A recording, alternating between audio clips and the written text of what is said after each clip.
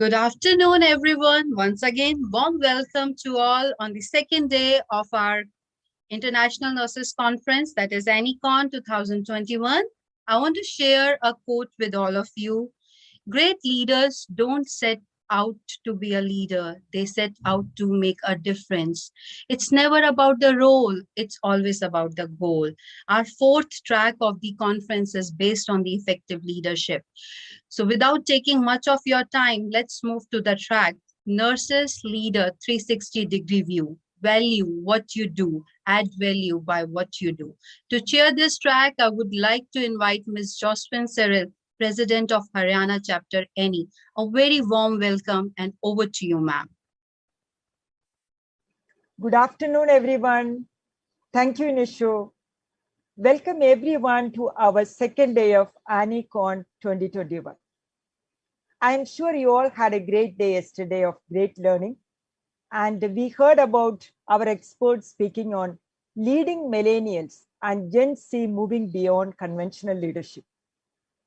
In the third track, we heard about innovation in managing human resources, passion for excellence, and compassion for people. And today in this track, we are going to listen from our experts about Nurse Leader 360-degree view. Value what you do, add value by what you do. I'm sure all of you know about 360-degree view.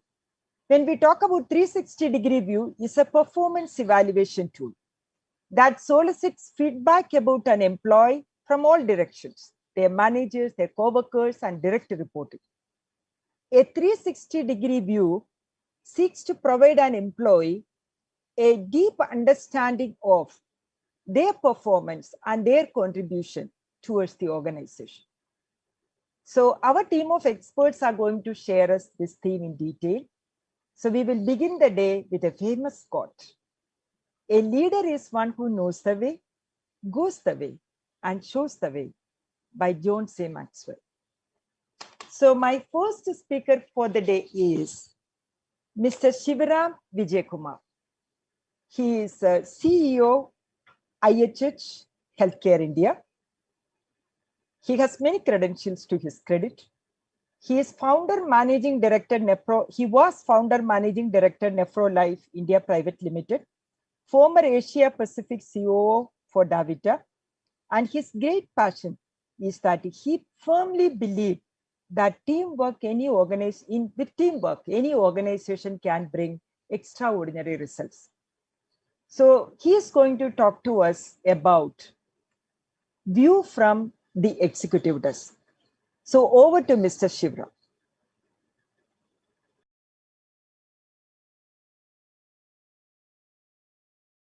Good afternoon, everybody. It's my great pleasure and honor to speak to you all today at the ANEI Conference on Transformational Leadership. For me, as the CEO of IHH India, I see our 1,500 plus nurses as frontline leaders who have a massive impact on customer experience, quality of clinical care, and operational efficiency. In the current pandemic, our nurses are our frontline warriors who suit up each day to save our patients and keep everyone safe, oftentimes at great personal sacrifice. At IHH, we are working to build a vibrant, optimistic, and strong nursing culture that's not only dedicated to specific actions and desired behavior, but also focus on evidence-based research and development. We look for ways to improve and maintain consistent and efficient workflow while improving the engagement of our nurses. We are also incorporating technology that not only makes our nurses' jobs easier, but provides them with great opportunity to learn from the best practices across our global hospital network. So the question today is, what does it mean to become a transformational leader? How do we differentiate a transformational leader from a normal manager or a transactional leader? So I wanted to touch on the three most important attributes, in my view, on what qualifies someone to be a transformational leader. So first, a transformational leader, in my view, is someone who does not need a rank, title, or position to be respected. This person is respected because of their character and competence. This leader can work independently and commits to being excellent and the best versions of themselves, even without any supervision. Second, a transformational leader is someone who can get people to follow them by inspiring them to be committed to the work, rather than being commanded or micromanaged to ensure that they work. So this person often goes beyond the process and helps people focus on the impact, the goals, and the results of their actions, which ensures that those who follow this leader or those who work as peers remain more committed to the cause rather than merely following the process or ticking the box. The third aspect is a transformational leader is someone who is open to personal growth, professional growth, lifelong learning, and doesn't stop the learning at themselves, but helps to empower and coach others whom they work with. So, having defined these three differentiators, how can our nurses apply this to the day-to-day roles that they play in each of their hospitals? How can our nurses become transformational leaders? So, the first aspect is I think it is crucial to become better communicators. So, if someone were to become a better communicator, it is important that they not only focus on communicating with their peers, but also communicating to their juniors, to their seniors, to other leaders in the organization. And communication comes from having the right amount of self confidence and being confident about your competence and your professional expertise. Oftentimes, the key determinant of quality in healthcare settings are whether the patient centricity was looked at and whether patient files were handed over correctly, whether end of shift coordination was done appropriately. And many times, in my experience, a lack of communication with doctors among the team, with operations folks, causes a lot of confusion and lots of issues. So if you want to be a better leader, it starts with being a better communicator. The second is transformational leaders in this day and age, in the 21st century, need to be more holistic caregivers, which means your job cannot end merely at discharging the clinical part of your responsibilities, but it is very important that you learn to deal with patients, their families, their loved ones, and demonstrate the right level of cultural sensitivity, awareness, and do your best to cater to specific needs and preferences. Oftentimes, these needs and preferences could be driven by regional differences, could be driven by religion, could be driven by beliefs, could be driven by gender. But in the modern day and age, nurses are the front lines of clinical care. Unless our nurses demonstrate the required level of cultural sensitivity, it is difficult to be leaders. Another aspect is to really focus on developing your expertise in the specialties that you are most interested in. So if someone were very interested in being an ICU nurse, or very interested in working in the liver department, or very interested in working in the dialysis unit, then it is important that you commit to developing that expertise. So in addition to being a generalist, being a specialist takes dedication, takes lots of hard work, takes communicating with doctors, with your seniors, with other nurses. But at the same time, developing a specialist's view can be very rewarding because your potential for future growth can really open up. Another aspect is to really focus on being very good at managing your operational tasks as well. Transformational leaders don't only think of their lane or of their discipline, right? If you do a good job of clinical care, but you do not manage your inventory, you do not manage your stock, you do not take good care of your supplies, you do not minimize wastage, then you may do your job clinically, but operationally, it would be a failure. So it is very important that you also understand the business challenges of running and operating a hospital and work closely with your colleagues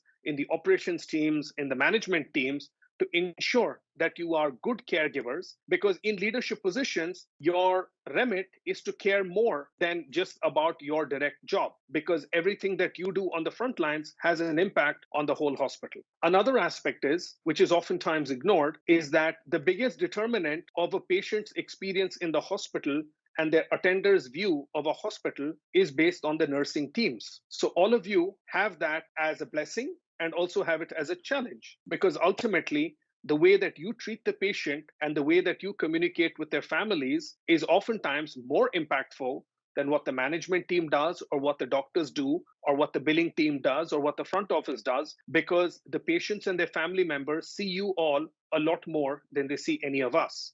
The last aspect of being a transformational leader I wanted to speak about is pressure management and having the agility to respond to ever changing circumstances. As a transformational leader, it is very important that you develop the skill of managing yourself and working with others under great pressure. If we were to look back over the last year and a half and the pandemic, the entire way of working, the way of treating patients, their family members has changed so much inside our hospital setting.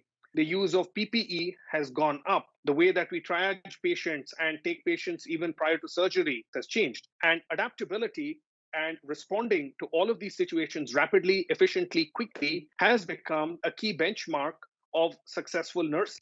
So I think being agile and having an ability to deal with changing circumstances in a smooth and efficient manner is crucial to becoming a leader. And not only that, if you were to look, for example, at infection control and you focus merely on the process rather than in understanding the logic behind it, then it will make you less effective. So it's very important while following your processes that you also understand the underlying scientific rationale and you're able to communicate that with the rest of your team and patients and their family members as may be relevant. So ultimately, when we speak about transformational leadership and we talk about high quality nursing and creating high performing teams, how do we do that in an organization? What is the way in which we can connect back all of these different aspects? So at IHH, one way that we have done it is to really tie everything back to our core values. So if you look at how we think about our core values, our primary core value is patients first. The way that we do that is by ensuring that our nurses put the patient's needs first by prioritizing their care on a daily manner. Our core value of integrity is really about ensuring that our teams and our nurses do the right things with integrity and honesty, whether somebody is watching them or not. And ultimately, if your team has integrity, they will also be able to manage themselves and do the right things even under pressure. Empathy is another of our values. And empathy implies that we are always ready to listen with our hearts and listen without judging someone, whether it's a patient, a caregiver, or our own colleagues or our superiors. If you have empathy, it will just make you a much better communicator and a much better leader. The value of teamwork is something that's very dear to my heart because teamwork at the core essentially means that we are working together and we are much better together than we are individually, and that we help each other overcome small challenges and big challenges, and we work to make sure that everyone in our team succeeds. And finally, excellence. Excellence is to inculcate the value of continuous improvement and innovation by providing exemplary care at all times. So if you're in a situation where you know that there is a better way to do it, someone who believes in excellence will do it in the better way rather than choosing the easier way. So ultimately, to me, all of our nurses are the true heroes and frontline workers who have worked tirelessly during the pandemic and who are really custodians of our brand, our values, and our mission. And I hope that some of my insights into transformational leadership will help our teams and help all of you get better and better. And please take this as my sincere gratitude and appreciate the honor of speaking to you all. Thank you so much. Thanks, Mr. Shriram.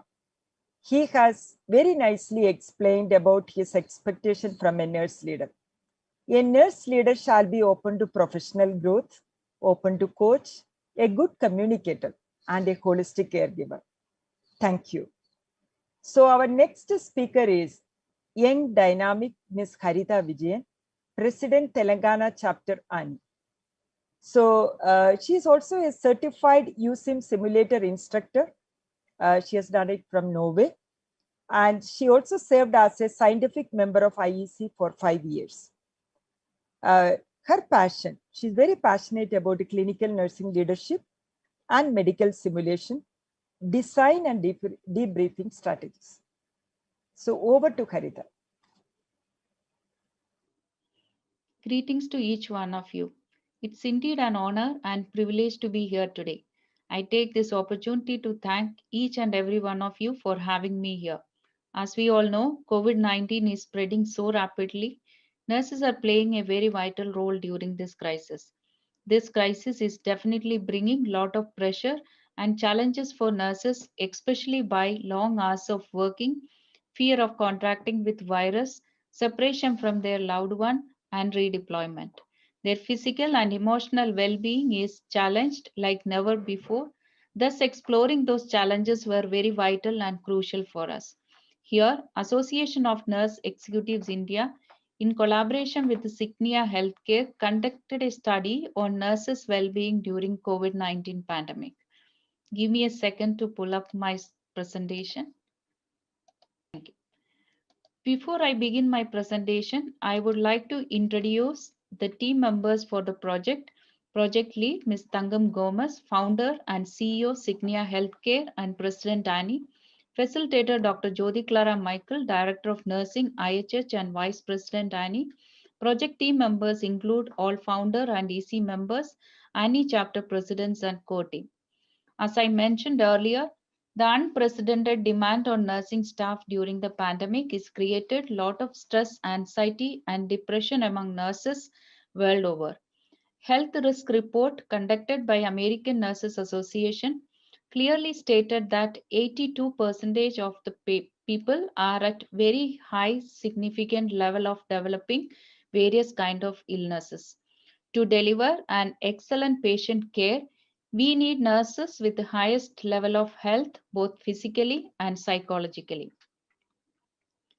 The objective of the study to assess how nurses are facing the current crisis, also to reveal various good practices followed by nurses during the current crisis. The study was conducted between 11th of October to 23rd of November 2020. Convenient sampling technique was used and we could collect 880 samples among staff nurses and student nurses.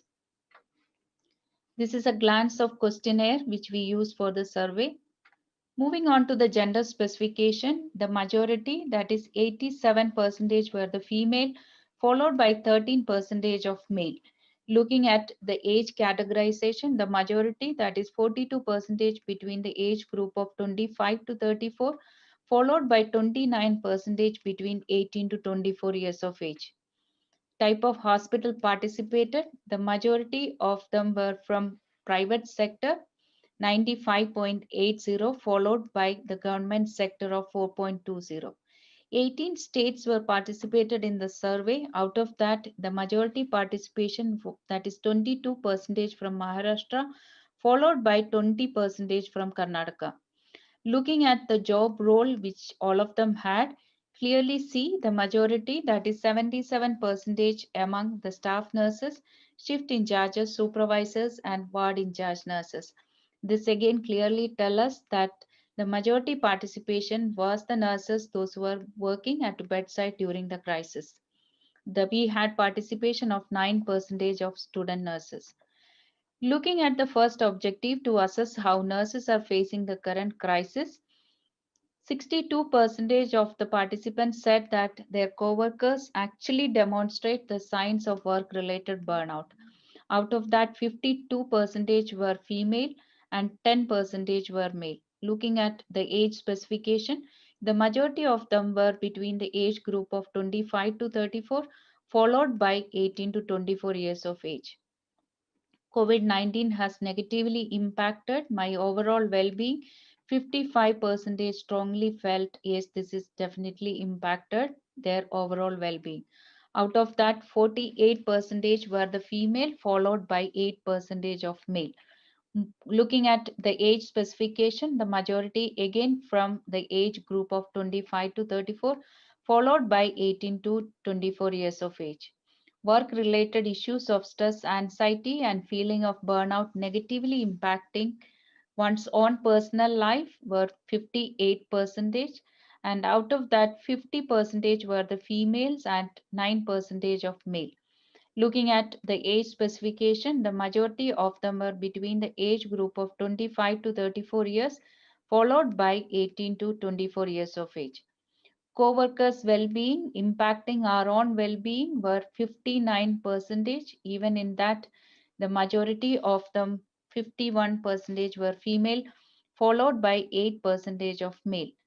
Age specification, the majority again between the age group of 25 to 34, followed by 18 to 24 years of age. I routinely practice the self-care, 87% rated to have good self-care practices, and 76% of them said that they had healthy diet during the crisis. 50% of them said that they do regular exercise. However, 33% of them said that they have no kind of exercise on regular basis. Looking at that 33% who never had any regular exercise, we can clearly see that 30% of them were female, followed by 3% of male. And again, the age specification, the majority of them were between the age group of 25 to 34, followed by 18 to 24 years of age. Healthy sleep habit, 67% of them said that is they had healthy sleep habit. And looking at their fulfillment of career as a nurse, 87% of them were really happy. However, the 6% of them were said that they are not really happy about their career. In that 6%, we can see the participants were only from the female gender, that is of 6%. Again, looking at the age specification, the majority of them were between the age group of 25 to 34, followed by 18 to 24 years of age. Moving on to the second objective, that is, what are the good practices followed by nurses during the current crisis? 71% of them said that they could able to decompress after the work. 76% of them said they could able to manage the feeling of burnout. 67% of them said that they are comfortable discussing their well-being with their managers. However, 18% of them said that they are not really comfortable discussing their well-being with their managers. 18% really need to look into. 73% of the participants used to regularly engage in mindfulness practices. Looking at various de-stressors which they practice during the crisis, we can see the majority of 44% practice the rest period, followed by 19% of knowledge sharing and 18% of teamwork. The least rated de-stressors were among the management support and interaction with the superiors. Looking at what is that one factor will help to improve their well-being at workplace, majority of them said that having a good management support and stress management will really help them, followed by the 16% felt for teamwork and empowerment of nurses. The least rated parameters were adequate staffing, followed by leave management and salary. 85% of the participants said that yes, their personal well-being is taken care. What are those factors which really helped the nurses during the crisis? As I mentioned earlier, the important parameters were they were able to decompress after the work and they could manage the feeling of burnout and their personal well-being is taken care. Though the percentage rated to be good for comfortable discussing with well-being with managers and engage in mindfulness practices, but statistical correlations stated that that has very negligent or non-significant correlation. Looking at the infectivity pattern, 82.4% were not infected. However, the infected group of 15.2% could manage between the ward admission and home isolation. The 0.5% required the ICU stay. So conclusion, 87% of nurses were happy about their career as nurses. 85% of them took care of their personal well-being. 77% of them could able to manage their burnout. 73% of them used to engage in various mindful practices. 71% of them could able to decompress after the work. Only 67% of them felt that they are comfortable discussing their well-being with managers. 62% of them felt that their coworkers demonstrate the signs of work-related burnout. Only 55% of them said that COVID-19 has negatively impacted their overall well-being. Very surprisingly, looking at the de-stresses various nurses practice, the accessibility towards the management support and interaction with the superior rated to be the least of 2%. What is that one thing will help the nurses' well-being at the workplace? The majority felt that having a good management support and stress management practice is definitely going to help them. 16% of them said that having a good teamwork and empowerment will help them. However, the least rated parameters were having adequate staffing, leave management, and salary. Summarizing the survey, to have nurses' well-being at the workplace, we must have management support. Empowerment of nurses need to be looked into.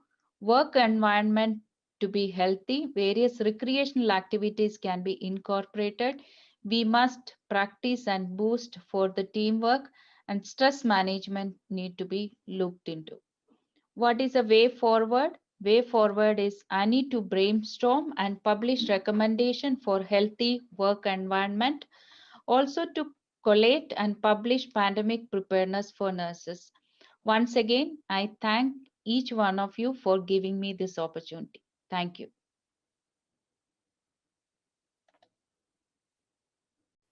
Thank you, Haritha. Extremely engaging session, Haritha. Yesterday, Dr. Rosalind spoke about nurse engagement, and today Haritha spoke about nurses' well-being. Both are studies by Annie. I think in future, we should do a white paper on healthy work environment for nurses. Thank you, Haritha, once again. Now, let me invite Dr. Sridhar, K. Sridhar.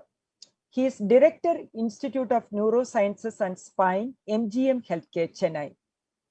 And he has received Raja Rekdam Medal, IMA, Dr. Dayananda Rao Medal. He is also a DNB teacher and guide. He is an author and an orator. His passion is teaching and membership. And he's going to talk to us about the role of why, not just what and how. Over to Dr. Sridhar.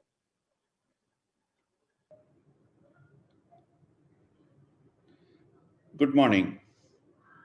At the outset, I would like to thank the President of ANI, Mrs. Tangam Gomez, and other board members for inviting me to be a part of this conference. It's always a pleasure for me to participate and interact with the nursing community. I'll just share my screen. What we are going to talk today about is nurse leaders. Who is a nurse leader?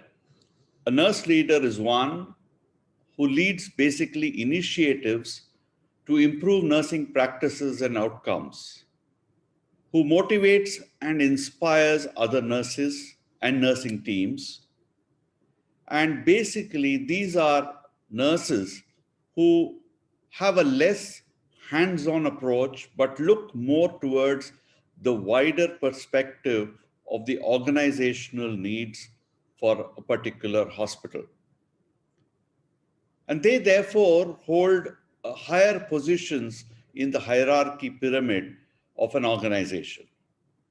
They oversee the management side of patient services, help make administrative decisions, and therefore support the goals of an organization. We now have a lot of evidence that using nurse leaders in a management of a hospital has a lot of positive impact and contributes towards implementation of effective healthcare delivery. And therefore, the recommendations often are given are that healthcare services must engage more and more nurse executives and leaders who have the high level of expertise, education, and leadership and management attributes so that we can have the best of outcomes. Now, what are the attributes of a nurse leader that we are looking for? Communication, knowledge, leadership, professionalism, and business skills. Now, these are the 5 pillars on which a nurse leader has to base his or her expertise. Now, Aristotle said that leaders are not cannot be molded, but they are often born as leaders. There are some people who are born to lead, and others who are born to be led. And great leaders will arise when the situation demands. But there are specific traits for each of these leaders. These are all the traits in the slide which you can see, which we would like a leader to have. Some leaders have some, others leaders have others, but these are all the general traits in which we want leaders to have, whether they're nursing leaders or leaders in the medical profession, it does not matter. On the other hand, you have leaders who are transactional, who lead by looking into everyday problems and matters which help the organization. And those who are transformational, which means that they are looking not at today, but at the tomorrow's vision of the organization. So if you ask me, what sort of nurse leader would you like to have? You would want an answer which says that you need somebody who's both transactional as well as transformational, because you want nurses who are there in today but are looking to tomorrow and are able to make the change to have a better tomorrow, better services, nursing services tomorrow. Leadership skills are very, very important in a nurse leader, and you must have thinking skills, discipline, systems thinking, and also the ability to change the way management delivers its services. Now, in this book, which is in the future of nursing, it says that the nursing profession must produce leaders from the bedside to the boardroom who can serve, and this is very, very important, who can serve as full partners with other healthcare professionals. Therefore, are accountable for their own contributions to delivering high healthcare quality while collaborating with other leaders. Very, very important is to have a knowledge of the healthcare environment, whether it is clinical practice knowledge, whether it's about governance, patient safety, performance metrics. But very, very important is for a nurse leader to know what is happening in the clinical side. And this I say because it is very often that we sometimes see nursing leaders who are out of sync with the ground reality of what is happening. We must have a leader who understands why a certain number of syringe pumps are needed. We must have a nurse leader who understands why in a particular nursing ICU, for example, environment, why you require nursing attendants, why you require help to do certain things for positioning, for example, of heavy patients. And therefore, they would rather help in helping the nurses rather than creating policies which actually do not help the actual nurses on the ground deliver the best of outcomes. Communication and relationship building is extremely the next important point. You not only have to have a good communication between nurses, but also a good communication between nurses and other healthcare professionals, especially the medical professionals. And that is very, very important. You must have also academic relationships so that you understand what nurses in other countries are doing, who may be facing and solving problems which you yourself are facing now. And therefore, it is important to have this conversation which is going on all the time. Of course, nurse leaders must understand business and finance because they have to know the best manpower management. They need to understand the information technology and how to manage their nurses through the information technology available in the hospital. A high degree of professionalism is also important because you need to be accountable as a leader. A leader has to lead, and therefore there has to be accountability, there has to be good ethics. Therefore, if you look at the leadership styles, very often there are servant leaders who develop the skills of individual team members. There are transformational leaders who have a vision for what is to be done in the future. You have democratic leaders who focus on improving the system and bringing people together. Authoritarian leaders who just make decisions and micromanage each team member's work. And then finally, you have team leaders who are hands off and who have a reactive approach rather than a proactive approach. And I think the first three are very, very important. You must be a combination of a servant, transformational, and a democratic leader for you to succeed in our Indian scenario. Therefore, what we need of nurse leaders is true empowerment. We need decentralization, and we need them to be making decisions. It is not, we often talk about nursing empowerment, but we often see that this empowerment happens only on paper, but not actually on the ground. Empowerment goes down, right down to the bedside. And that is why we have to decentralize the decision making and the power to take decisions.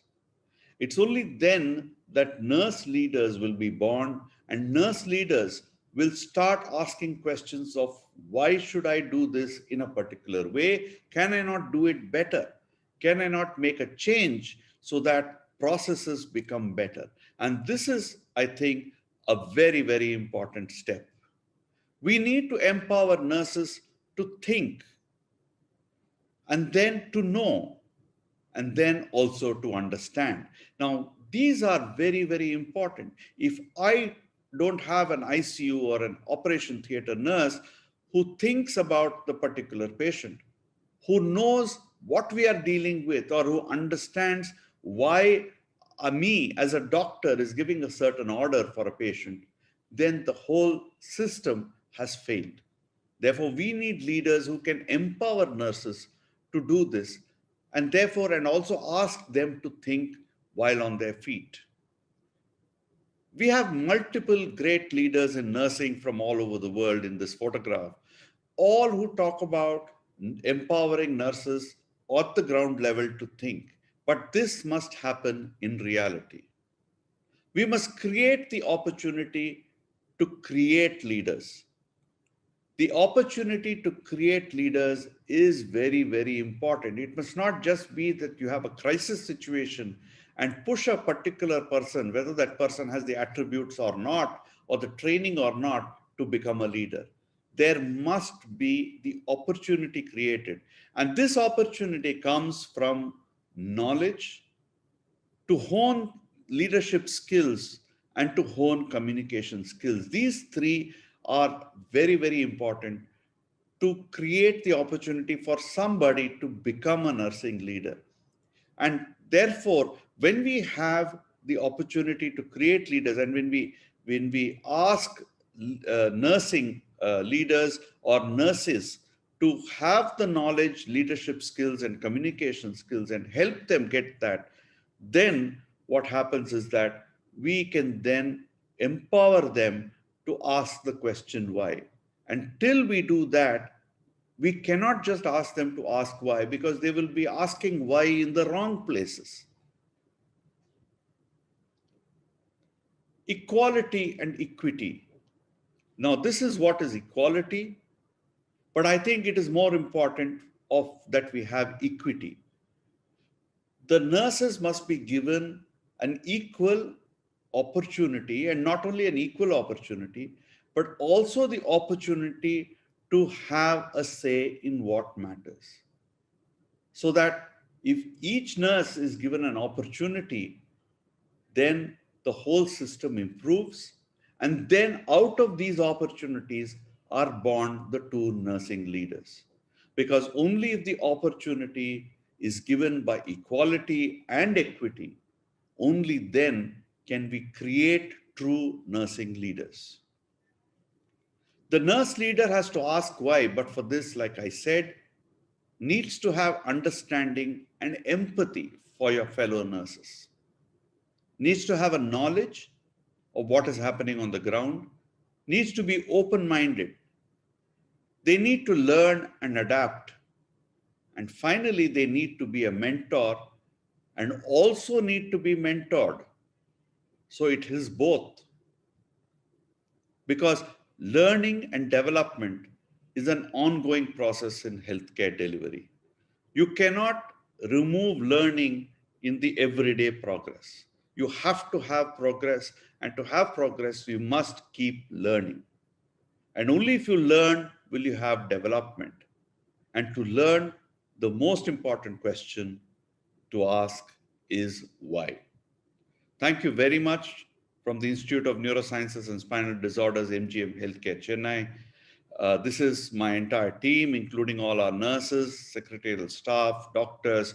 So we form a team together, and this is how I think the healthcare profession should be. Thank you very much for your attention.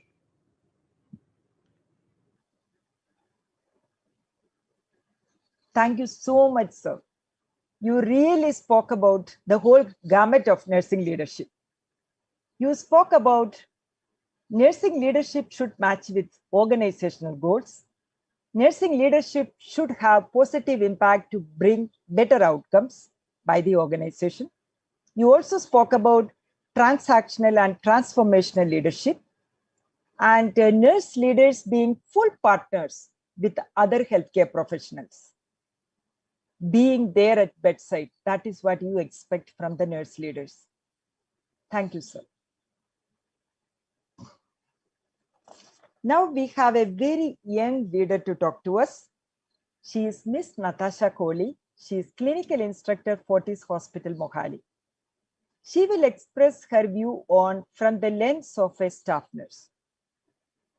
One thing, remember, she is also winner of the recently held speech competition. She won, I think, first prize, if I'm not mistaken. Over to Natasha. Good afternoon, one and all. I'm Natasha, nurse educator from Fortis Hospital, Mahal. First of all, I would really like to thank ANEI to provide me with such a great platform to speak today. So listening to all these influential leaders earlier, yesterday and even today, I must say I'm really very happy and thrilled to express my point of view on what do we expect out of a great leader. There is a saying, they say, leadership is a moving target, and it has to be. To become a great leader, get comfortable with the change. And to think like a leader or act up like a leader, think like them. Think progress, think people, think intangible. That was said by John Maxwell, a renowned writer who has written a book on 360-degree leadership. Nurses, they are vital resources to healthcare system. And that has been said by WHO in their 64th session in Europe. Nursing fraternity, as a whole, they are doing a lot many things to manage the healthcare system. So a leader, a leader has to influence them. They have to embrace all. They have to embrace their nurses. They have to embrace their patients. And alongside, they have to manage the administration too. So you see, leadership is a multi-dimensional role. It is a role of philosopher, of a guide, of a teacher, and a friend too. I have had the fortune to work with some of the great nursing leaders, and there are two qualities in common I have noticed among them. The first quality was developing IPR, interpersonal relationship, and the second quality was applying the problem-solving process or having the, innovation or creative thinking, I must say. So, while talking about the IPR, I must bring the concept of effective communication skills. So, effective communication skills here doesn't stand for a person who is a fantastic English speaker or a person who speaks fluently, but a person who knows how to communicate things to the other person in such a way that they understand. There are no gaps and there are no misconceptions. That's what actual meaning of communication skills or an effective communication skills stand for. If we talk about the second quality, the problem solving process, I must say a person who actually is a good listener, an active listener. They have a good judgment, they have a fair judgment, they are with the deep insight into the matter, and they are better at decision making or applying the problem solving process, I must say. Now, in my mind, I would love to have a personality as a leader who actually is a well balanced personality. You know, the professional and personal things doesn't go hand in hand always. There are some times when the personal conflicts can be reflected into the professional life. So there the leader should know that when they are supposed to be serious and when they are supposed to let go things with the ease and a smile on their face. That is really very important quality. Moving on to the next quality, I must say I would really respect to have a leader who actually doesn't name, blame, and shame their subordinates. In spite of that, they use their experiences to dive in deep into the matter and set the process right. The next quality, which is a very unique quality to possess, is to accept the criticism. A person would really do wonders as a leader if they know how to accept the criticism and be better using it. They know how to hold themselves responsible for something which has not been done or gone wrong actually. That is a really great quality to possess. That is really a great quality to possess, I would say. Now, moving on to the next, the leader, a person who have a future vision too. It is really very important. They know what are they supposed to do today. They know what has been they plan, what are they planning actually for tomorrow, and they let their subordinates know too that what are they supposed to do today and tomorrow. So the future vision is really important thing. So moving on to the next quality, I would love to have a leader actually who knows how to guide their subordinates better, how to provide them with the correct directions. You know, the newbies who are there or the subordinates, they should not be left on the ground zero to do or learn on their own. The leader should always be there available at the back end to make them understand what is right and what is wrong. The next quality which I would really like to see in my leader is the reward quality. The person who knows how to identify the person who actually goes an extra mile to do something better or to bring out the lot of productivity as a whole in the team. So a leader who praises in public and shames in private. It is really very important to have such a leader. So we are talking about so many qualities, so many roles the leader play. But why do we need to have an effective leader? The effective leader is important because if we do not have one, then there will be increased attrition rate, and that attrition rate will definitely increase the turnover. And when there is a lot of turnover, our nurses will be with low morale, and that morale will eventually lead to compromised patient care. And when there is compromised patient care, there will be poor feedback, and that poor feedback will affect the productivity of the organization as a whole. So see, we really need to have an effective leader to bring out the best out of an organization. So in the end, to sum it up, I would recommend a visionary leadership, a charismatic leader who knows how to lead by examples but not by force, a leader who knows how to take their team and move ahead as a whole to accomplish missions. A leader, actually, I would like to say, I would love to see my leader in the form of WEV, not in the form of I. So thank you so much for your patience listening and providing your valuable time to us today. Thank you once again. Thank you, Natasha. I really appreciate your vision for Nurse Leaders 360-degree view. Beautifully you have expressed. You stressed on IPR, interpersonal relationship, problem-solving skills, communication skills. Leaders should accept responsibility, a well-balanced personality, a good listener with a great sense of humor. We feeling by the leader was a great message coming from a very young leader. Great. Thank you. Our last speaker in this track is Mr. Ashish Singh. He is International Facilitator and CEO coach, Star Consulting Global India. A long list of awards and recognitions. I will read few. He is certified by Sir John Whitmore, London on leadership and transpersonal coaching. Certified CEO, Executive Coach as per International Coach Federation Competencies, Australia by Results Coaching Systems, Australia. There is a long list. Certified 360-degree leadership tool administrator, helping leaders realize their true potential and then supporting them for further development. So his passion is, he's an international master facilitator, triumph coach to business leaders. He's an avid learner and explorer and help people achieve peak performance. Over to Mr. Ashish. My dearest nursing leaders, hello and welcome to this short but very impactful session on staff centricity versus customer centricity. Friends, my name is Ashish and I'm a CEO coach and a trainer. I help people achieve peak performance with the help of some of my time-tested ideas and tools. Today, I have the pleasure of sharing with you some amazing ideas and practical tips on how we can delight our staff to achieve great customer delight. If you're excited to be a part of this great journey with me, please give me a thumbs up and say yes.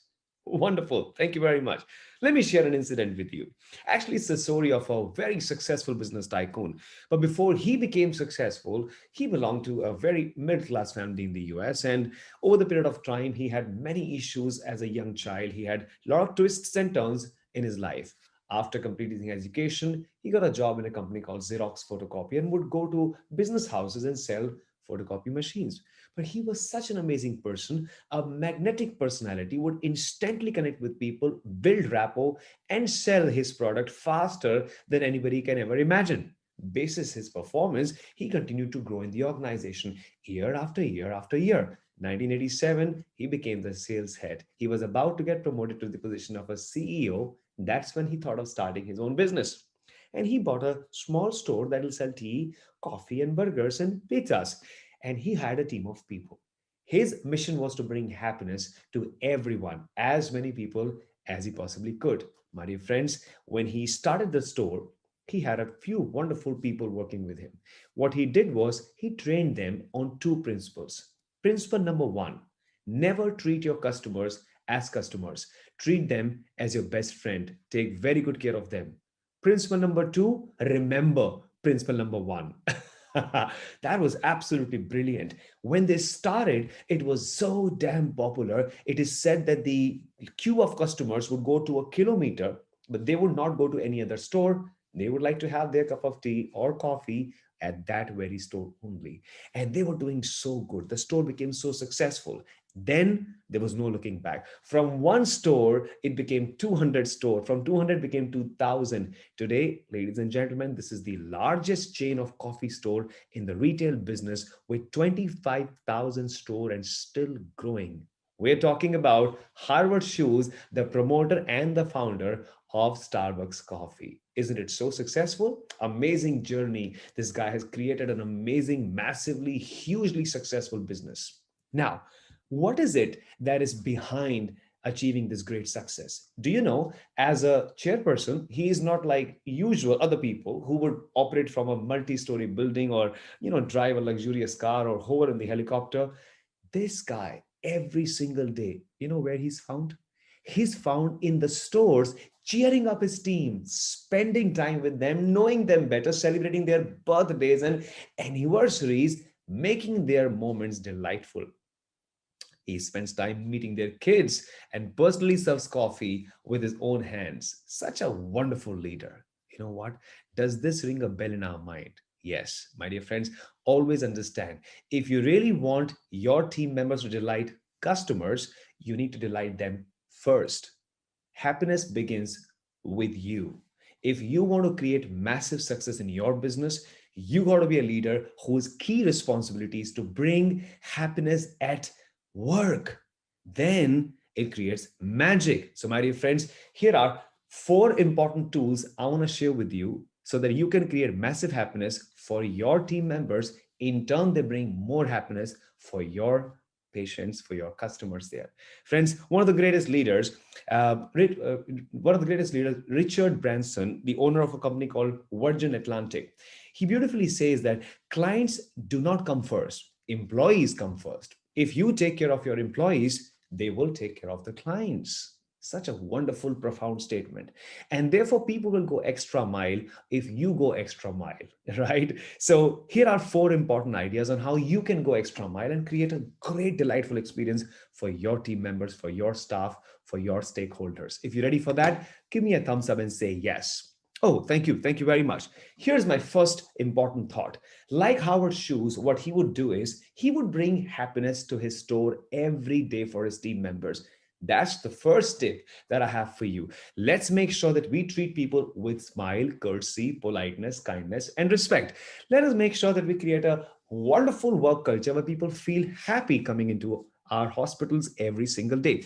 We should mutually encourage each other coming together and sharing some great moments of joy. You know what? I'm a believer of the fact that your team is just like you. I mean, it's like you are a very important, amazing trigger behind their happiness, right? Your team is like your mirror. If you're happy, they're happy. If you don't feel happy, they don't feel happy either. So, one of the most important strategies is that bring that happiness as a great leader for everyone in your organization. Please make sure that we don't insult people. Please ensure that we don't criticize them constantly or judge them quickly. Let's ensure we create moments of happiness for them and encourage them for whatever greatness they're bringing on the table. Let's speak with courtesy, smile, happiness, and let's ensure that we show a winning face to them every single day when we interact with them. If you're ready for that, give me a thumbs up. My first strategy is bring happiness at work. If not you, then who, right? You are the leader. Let's make it happen. Now, here's my second very important strategy. I want to show you a picture. Take a guess. What place is this? That's a good guess. This is the Taj Mahal Hotel in Mumbai, one of the most luxurious hotels owned by the Taj Group. You know what? On 26th of November 2008, it was a Wednesday evening, this hotel was attacked by terrorists. You know what? At that time, there were 500 guests who were checked in, 600 guests attending a conference, and a staff of 600 people taking care of all of them. When this blast happened, you know what? The first thing people do is, in a situation like this, they try and save their life. Do you know what they did? Not even a single person left the hotel. They ensured that they do everything possible to save as many guests as they possibly can. They did everything. It was a great, amazing, historic sacrifice that a lot of people made to make sure that their guests are looked after. Wow, what a great, great show by the Taj Group. Do you know, my dear friends, when researches was done to figure out what's the biggest reason behind people and their commitment, and you know what they found out? They found out that Taj has a very interesting reward and recognition policy, which means if someone does a great job, within 48 hours, he gets an appreciation from one of the most senior people in the hotel. So it's very important for us to understand that people work for money, but go the extra mile for recognition, praise, and rewards. So my second important request to all of you as champions is, remember, introduce rewards and recognition. Spontaneous rewards like movie tickets sometimes, or just a little gift voucher, Amazon gift voucher, wall of fame everywhere, makes them feel great. They earn the badge for doing a great job done. You really kind of find new ways to appreciate them by sending email appreciations, All of this and more goes a long way in giving them massive confidence so that they can bring more for their people, their customers right there. So that's my second important strategy. And I request you to ensure that you award them, reward them as much as you possibly can. Now, let's go to the third one. Very important point. My dear friends, let me share an incident with you. One of the most important stories I read in my life was this one. So it's a story of a doctor called Viktor Franklin, a great psychologist. He gets a call in the middle of the night, and there was a lady on the other side. And the lady on the other side on the phone was crying, and she continued to say, "Doctor, there is no reason for me to continue living. I am going to give up. I don't want to live anymore." The moment the doctor heard it, he did everything possible to motivate her, spoke to him, he spoke to her, continued giving reasons after reasons after reasons as to why she should not give up and continue living. And he spoke to her the entire night long. It was morning 6 o'clock that the lady agreed and said, "Doctor, I make a promise to you. I'm not going to give up my life. I am going to live. I'm going to live strong." After 1 week, when the patient meets the doctor, out of curiosity, asks her and says, "Tell me, ma'am, out of so many reasons that I gave you the other day on the phone, which one inspired you most to continue living?" You know what she says? She says, "Doctor, honestly speaking, I heard all the reasons. They were all great. But actually, what motivated me to live was the fact that you gave me time. You listened to me the entire night long. You made me feel important, made me feel valued. That for me was the biggest motivation to continue living." My dear friends, isn't it so true that people go through ups and downs in their life as well, right? It is extremely important to understand that we stop discouraging, start encouraging. Stop confrontation, start conversation. Control aggression and bring out compassion. And how could you do all of this is by spending time listening to your team members. Do me a favor, everybody. When you have a team member coming to you, don't be in a hurry. Give a focused attention. Ensure that you have that immersive time completely for your team member, making him or her feel special. Make sure the conversation is quality conversation. He or she should take away some meaningful messages when he or she speaks to you. Share experiences so that they feel motivated and have a great dialogue. I think this is a great strategy to make sure that the people who you work with feel special. Okay? Make sure that it's not a one-way communication. It's a two-way communication. In fact, one-way is no communication. Information is a one-way process. Communication is a two-way process. You talk, they listen. They talk, you listen. And I'm sure you will make a massive difference and you will truly come out as a great listener, right? Is that a yes? If the answer is yes, just give me a thumbs up and say, absolutely. All right. Well, that's wonderful. Now, I'm going to share with you the fourth strategy very quickly. My dear friends, here is an example, a real life example of a great airline called AirAsia. AirAsia is a low-cost airline, one of the finest airlines right now, and is one airline that has a good retention rate, which means people who join, they choose to stay on. Yeah, young people usually try and move and hop on from one job to another.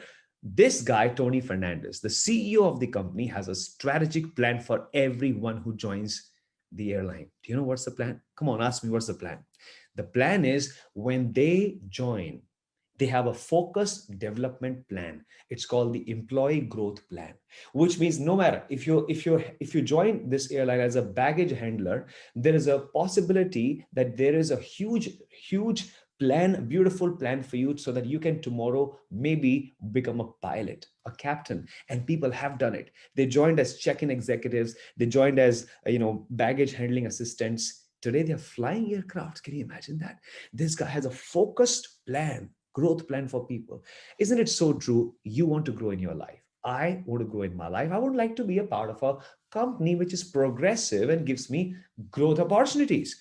Similarly, the nursing staff that you are managing are also hungry to grow, right? They also would like to grow and get to the next level and the next level and furthermore. Therefore, my next strategy, my request number 4 is let's make a employee growth plan. Very important. Have a progressive growth plan. Make sure you have streamlined their milestones and you have a review mechanism lined up properly so they're growing from A to B to C to D and further. and ensure you have a reward mechanism embedded in such a way that when they grow, the organization rewards them. All right, they feel highly motivated. Ladies and gentlemen, thank you for your time today. Let's revise all those 4 ideas that we have learned together. Number 1, bring happiness at work. All right. Number 2, introduce rewards and recognition mechanism. Number 3, please make sure spend time listening to them. Very useful. And number 4 is build a growth plan, a sustainable growth plan. Now, my question is, how many of you are ready to work on this? If you're ready for that, give me a thumbs up and say yes. All right. I am sure you definitely will. And I'm sure all that we have spoken today, discussed together, you will find it valuable and create massive difference in your team together. If you're ready to make a difference, let's everybody bring your hands up and say, I'm ready for it. All right. Wonderful. I'm sure you said that. I want to congratulate you for completing this course with me. It has been a pleasure speaking with you, my dear friends. I want to just quickly share one very important thought before we wrap up this program. You see, all these ideas that I've shared with you, there's a possibility you are trying some of those every day. There's a possibility you are not trying. There's something you would like to definitely try. I want to share with you something that I learned from the nature. You see, every morning when the sun goes up in the sky, yeah, the tiger who's sleeping so well, enjoying his most amazing sleep in a den, gets up in the morning, drags itself out, goes hunting. Same morning, a deer also gets up and goes hiding and running because he knows he has to hide himself. He has to save himself. Understand? Tiger or deer, running is important. Now, what is that running? You know, the deer is comfortable, the tiger is comfortable. We are all comfortable in our own state right now, and that's called the comfort zone. Here is something important I want to share with you. Leaders are leaders because they always live outside the comfort zone. They're always trying something new, doing something new, creating something new, achieving something new, because nothing great is achieved as we continue living in the comfort zone. So my request is, I know some of these ideas are outside your comfort zone, but remember, success belongs to those people who live outside the comfort zone. I am sure you're going to conquer, move out of the comfort zone and do some of these things practically every single day in your institutions, in your places. Big thanks to you, ladies and gentlemen. It has been a pleasure speaking with you. My name is Ashish Singh, and you can connect with me on LinkedIn right here. I look forward to helping you achieve your dreams in life today, tomorrow, and forever. God bless you. Thank you for your time. Have a wonderful time ahead.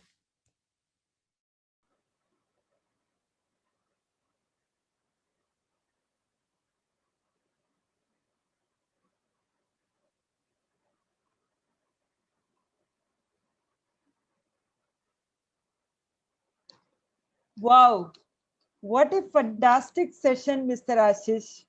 I really want to sum up the whole thing. It was such an exciting talk. Your first point, bring happiness at work. That was really very, very nice to hear, and it is very important for us as leaders.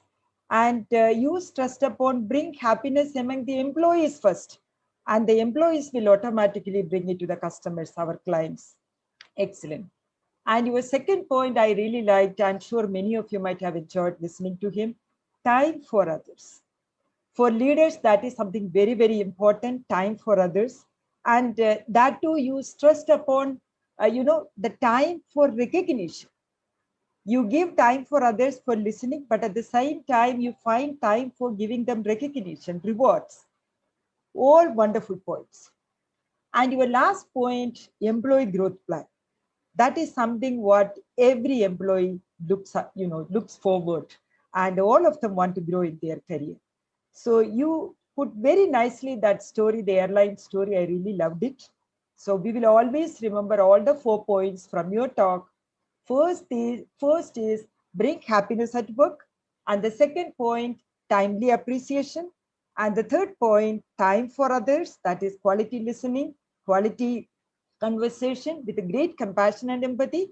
And last thing is employee growth plan. Thank you so much, Mr. Ashish. So now we have, all our speakers are through with their talk. Now we will start with our Q&A session.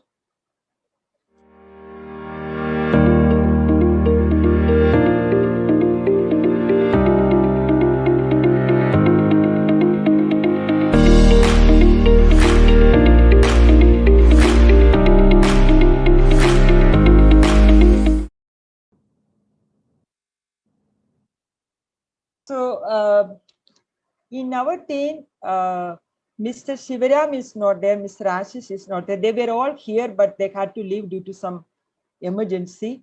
So we have with us Dr. Sridhar, Haritha, and our young Natasha. So we have few questions. So let's begin with a very relevant question. How you will manage staffs in non-COVID emergency care setting? Non-COVID emergency care setting, how will be managed staff? So this is one young staff nurse has requested this question. So Haritha, you're working in a very good setup. I heard you have a lot of COVID cases over there, and you must be managing, you have a huge emergency because I know your hospital very well. So we have COVID cases, we have non-COVID cases in the emergency. So how will you manage the staffing, the posting of staffs? Yeah. Over to Hari. Thank you, ma'am. Great question, very great question. I think not only in the COVID, in my survey talk also, I have very clearly briefed how important at this point of time to manage the nurses' well-being. So the question is directly related to how do you manage the staff at non-emergency area. So I would say that, as the survey findings also stated, that firstly, their well-being is most important. The physical and mental well-being we have to look after. Second is that, especially during the COVID, we have come across as a leader, the fear among the staff nurses. So something we need to be really, do over there to control their fear, make sure that they are comfortable enough to look after the patients. The third thing is that we need to understand their physical well-being. Suppose some of the staff they have certain kind of supposed to be put into. There are certain things which we are very well speaking about the COVID area. How do we manage the nurses? How do we look after their well-being? How do we engage them? Because it is not so easy, and COVID pandemic has really taken a lot of stress, depression, anxiety among nurses. So this is exactly the time wherein nurses require a lot of motivation. Nurses require a lot of the healthcare facilities. So this is all about the COVID side. And when we look at the non-COVID side, and I'm very sure that this staff also is equally engaged at this point of time. The first wave, probably we have not seen much about overspill of COVID patient. But in recent time, we very well see that there is an overspill of COVID patient in the non-emergency area as well. So I would say at this point of time, as a nurse leader, all nurses, let us not differentiate them between. Exactly, there are guidelines and there are standards to segregate them, but I think all nurses working, whether in the COVID area or non-COVID area, supposed to be looked after really well. So nursing leaders can do a lot over there. Yes. So as I said in the beginning, their physical and mental well-being is something really need to be looked into. I think very, very less importance or very less attention which is given for the mental well-being. Physical, of course. So we do health checkup, we do talk to them, or somebody is becoming positive or infectivity, we keep on monitoring them. However, what are we doing about mental well-being? So these are certain facts which has come out of our ANI survey. As well as me as a leader, I also personally and strongly believe that this all aspect need to be looked into. Very nice, Haritha. Nicely you put it. And one more point maybe I would like to add. Nurses, this is just how you manage a non-COVID emergency. We have pool of nurses assigned in COVID area, as Haritha nicely explained. So you can also give them a change. People who are continuously working and managing COVID area can also be rotated and put in non-COVID area. That also will give them a kind of coming out of the stress and the difficulties they go through working in a COVID area. And also ensuring that you have the right skill mix in a non-COVID emergency as well. So such aspects also we can look into. So we have another interesting question. And so the question is like this. One second, I'll just read it. is at CEO level, what is your view about okay, now Mr. Shriram is not there, so I will not put that question. We will mail this question to him. This is for him only. There is another question from a nurse leader, again to Haritha. You are a young nursing head yourself. What are your personal takeaways from, especially from this conference? Yeah, ANEICON is something really close to many of their mind. So it is well proven since yesterday. So we could see that since yesterday there were a lot of nurses, nurse leaders, eminent personalities, those who are attending this conference. So ANI is something is a game changer, I would say, especially in Indian nursing leadership.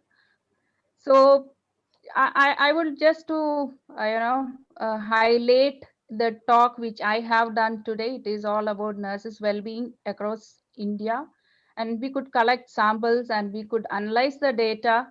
And this particular project, and I'm sure that it is going to bring lot of lot of highlight and lot of focus among the nurse leaders. So this is what I would like to stress upon. So my personal intake is that ANEICON or Annie is going to be a great nursing friend, I would say, in coming days. Secondly, me as a nurse leader, there are issues in nursing, but the right focus is just to reflect on the nursing theme which we had in this year. So it's all about nurses, a voice to lead, a vision for future healthcare.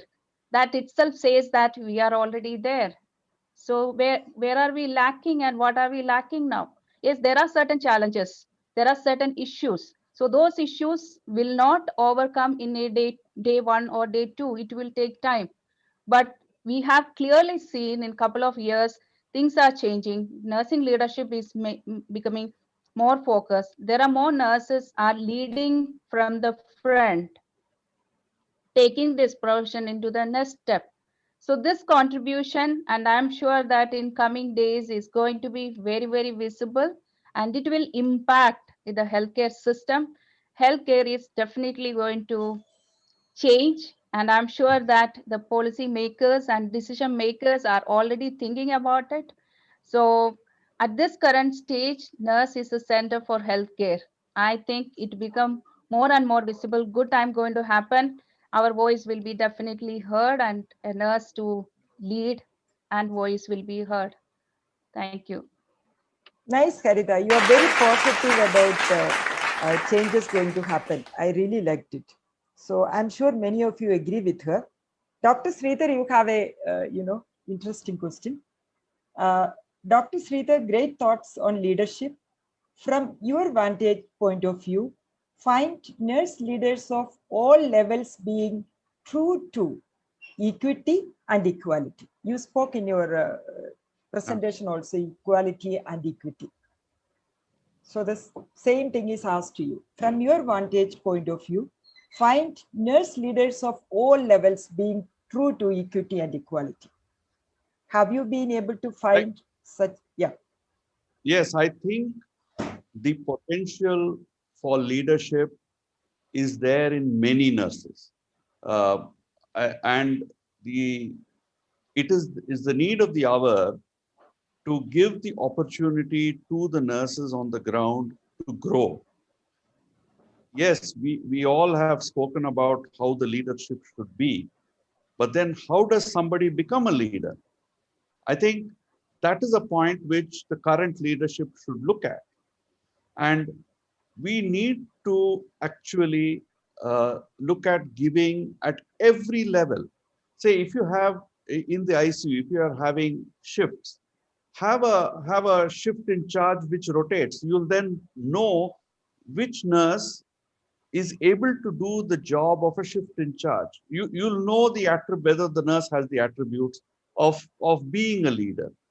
And therefore, you can, if some nurses are a little lacking, you can help them overcome those gaps and become a leader in their own right. And that is where I think leadership starts. The leaders of today should develop good leaders of tomorrow. And this can happen at every level. And that is what we have been trying to do. I think Dr. Jyoti Clara knows very well. We were working together in the previous hospital. Um, we've been trying to create leaderships roles. You need to create sometimes the roles for the nurses to feel that they are needed, they are recognized. Otherwise, it becomes a routine work every day, day in and day out. And I'm very glad that Ms. Haritha spoke about mental well-being, because that is something which very often is missed, COVID or not. It is often missed. We have nurses who are staying away from their children, away from their families, and they are working day in and day out. And we need to ensure that they feel that what they have in the hospital is their family. And they need to feel that way. And I think that is very, very important. Therefore, I think we can and should have nursing leaders opportunities at every stage. Uh, it, if there are, there need not be a specific designation created by the hospital or something. I think the nursing leadership should give those recognition leadership roles and say, yes, for the next 1 month, you do this, you take up this leadership role and you do it. And then that can be rotated at different levels. And therefore, you create leaders for tomorrow, because that is very, very, very important, in my opinion. Thank you, sir. Nicely you put it. So I have a question to Natasha actually. Just a minute. 1 second. Uh, 1 second.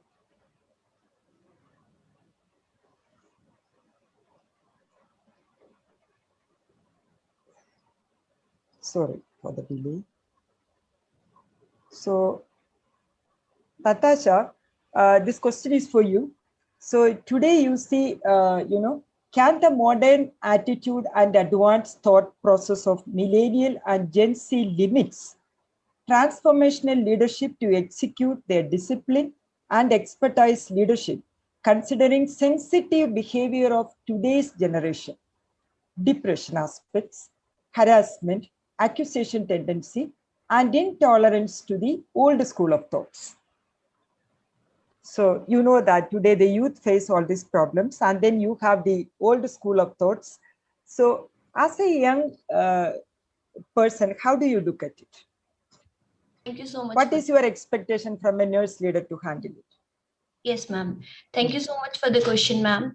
And I must put forward that when you are given a chance to talk in front of such adept and expert personalities who are really very proficient, and who have been seasoned for such a long time, it puts a person in a lot of pressure, and so am I in. I am in a lot of pressure while speaking in front of my seniors, but still I would try to justify the things and put my point of view on the table.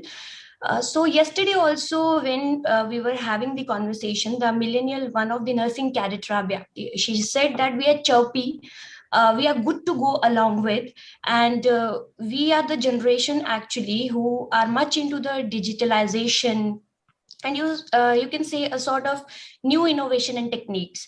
But then I just wanted to refer to the things which are really a problem for us, the rash decisions we take, the proactiveness we lack, the rational behavior we sometimes we are not able to show it, sometimes we are not able to project the way we actually think and take a decision which actually is not good for us as well as our profession.